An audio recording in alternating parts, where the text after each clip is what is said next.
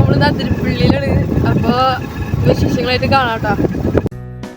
അപ്പോൾ ഗൈസ് പോകുന്ന വഴിക്ക് എടുത്ത വീഡിയോസുകളാണ്. അപ്പോൾ ഇത് നല്ല മനോഹരമായ സ്ഥലങ്ങളാണ്. സത്യം പറഞ്ഞാൽ ഞാനൊരു ചാലക്കുടിയുടെ അടുത്തുള്ളതാണെങ്കിലും ഞാൻ ഇതുവരെ അതിരപ്പള്ളിക്ക് പോയിട്ടില്ല, ഫസ്റ്റ് ടൈമാണ്. പിന്നെ അത്യാവശ്യം നല്ല ആനകളൊക്കെ ഇറങ്ങുന്ന സ്ഥലമാട്ടത്.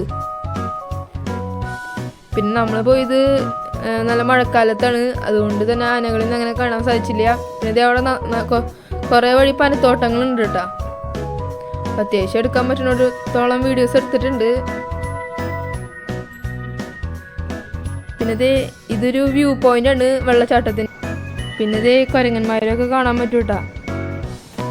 പിന്നെ ഇതാണ് വെള്ളച്ചാട്ടത്തിൻ്റെ ഒരു വ്യൂ എന്ന് പറയണത്. ഇതിപ്പോൾ മഴക്കാലമായി കാരണം ഇത്രയും വ്യൂ ഉള്ളത്.